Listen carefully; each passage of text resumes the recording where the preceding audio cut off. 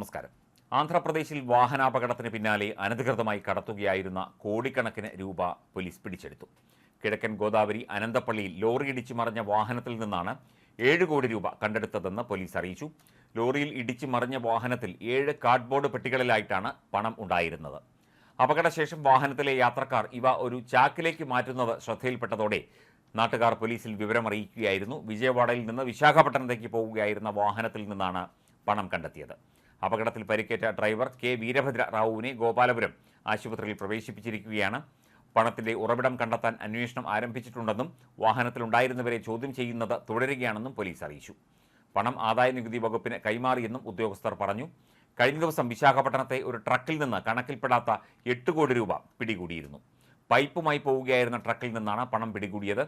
NTR ജില്ലയിലെ ഗരിക്കപ്പാട് check പോസ്റ്റിൽ വെച്ചാണ് 8 കോടി രൂപ പിടിച്ചെടുത്തത്. ലോറിയിലെ പ്രത്യേക ക്യാബിനിൽ ഒളിപ്പിച്ച നിലയിലായിരുന്നു പണം കണ്ടെത്തിയത്. ഹൈദരാബാദിൽ നിന്ന് ഗുണ്ടൂരിലേക്ക് കടത്തവെയാണ് പണം പിടികൂടിയത്. സംഭവത്തിൽ ട്രക്കിലുണ്ടായിരുന്ന 2 പേരെ കസ്റ്റഡിയിൽ എടുത്തിട്ടുണ്ടെന്നും പോലീസ് അറിയിച്ചു.